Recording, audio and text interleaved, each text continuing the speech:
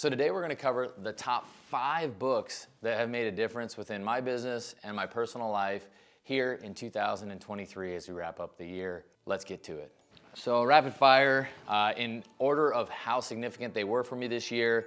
The first is going to be The Ideal Team Player by Patrick Lencioni.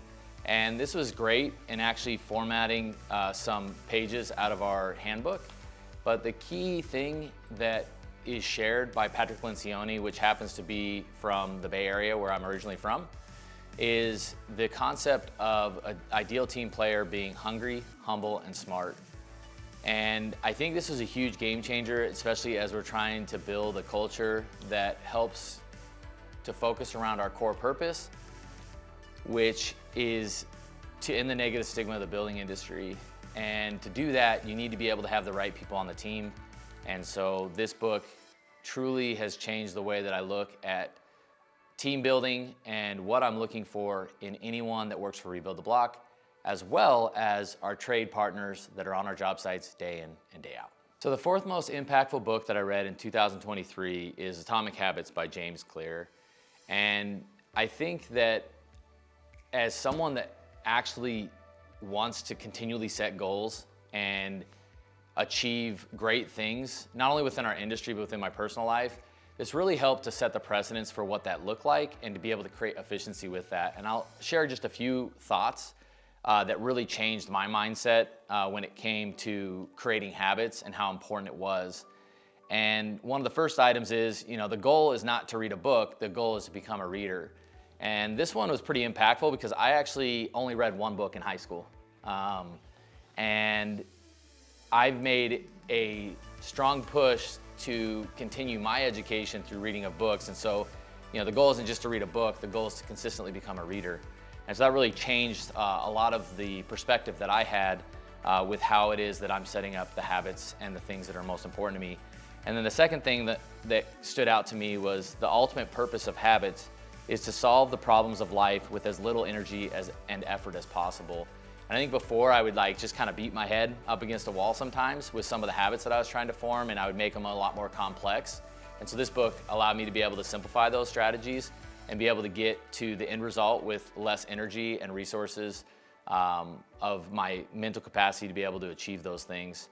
And then the last thing I mentioned that truly changed the playing field for me in this book would be the concept of stacking.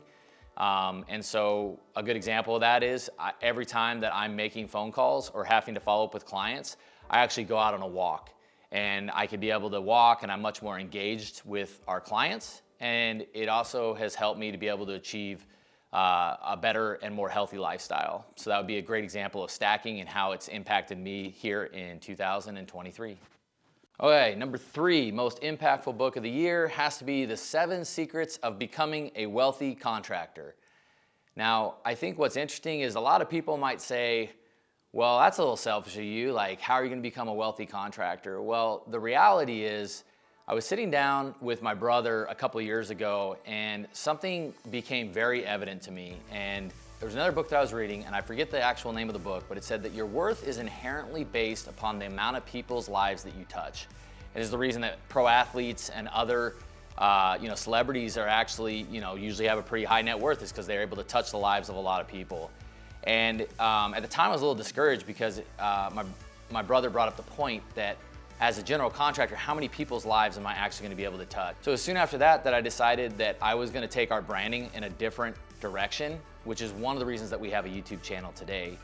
But nonetheless, getting to the book of A Wealthy Contractor, the reality is that this is going to change the playing field for us at Rebuild the Block, because for us to be able to help more people, we have to have a wealthy organization, or there has to be good profitability within our company so that we can be able to provide opportunities not only for those that are helping to run the company, but also for those that are producing the product day in and day out on our job sites. The key area that I feel like came out of this book was around marketing. However, the key area that definitely changed my business, which I'll paraphrase now, is that the money is not made in the producing of the product, it's made in the marketing and branding of the product.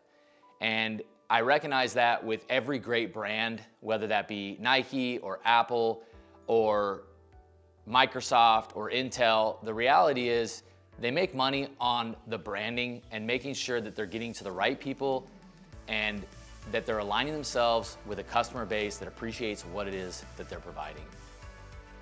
As we move along with our countdown, we're at number 2, which is Make the Noise Go Away. This is by Linne, and this book is a recommendation from another book that I read, but one of the things that I love most about this book is that you could read it in a couple days because it's less than 100 pages. And for a busy working professional, it is nice once in a while to be able to actually finish a book in more than a month or so, which is normally what it takes me to read one of the longer books that's selected. But this is in a parable format, very easy to read, but this is something that I think every single business owner should read, because if you're someone that walks in the office door and is immediately interrupted by solving problems that your employees are currently and inherently going to deal with on a daily basis, it helps you to understand how to be able to create some autonomy within your organization.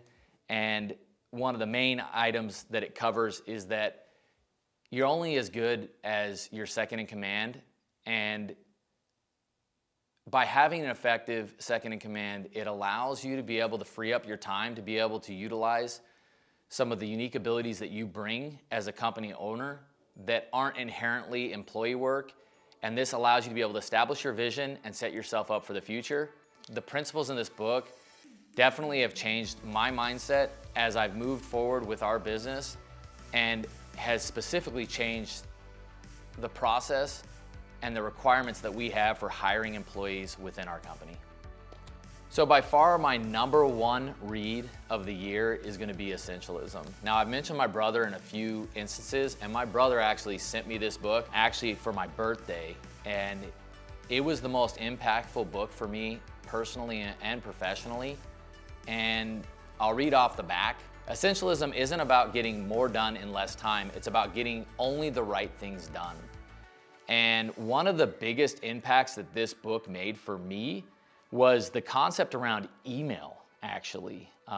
In the book, it talks about how much time we spend on email, and that might not be the most important thing that needs to happen to be able to get things moving in the right direction as a company, as well as the objectives that we have personally. And it really helped for me to understand that while it's important that I needed a time block to be able to make sure that that was only taking a small portion of my day in relation to what it used to take over the last 9 years that I've had this company. But in addition to that, it has allowed me to have a better family life. Obviously, the most important thing and the thing that's most essential to me in my life is my family. And there was a huge recognition about making sure that they are taken care of and number 1 priority. That's the reason that I started Rebuild the Block in the first place. And this is an amazing book that should be on everyone's list to read in 2024. So that about does it for the top 5 books that I read in 2023, and I can't wait to be able to digest more content in 2024 and hope that this is helpful to you who have thought about picking up a book and reading more consistently. As mentioned, I am not a reader. I have not been a reader my whole life, but when there's something that interests me or intrigues me, I found that it's much easier to be able to digest that material. And it's become more and more evident that the more that I read, the more changes and positive influence that I could have with those around me, with my team, and with my family. We appreciate you following. Hit that subscribe button below if you'd like to continue to get great content about the building industry over the next year. And as always, have a great day.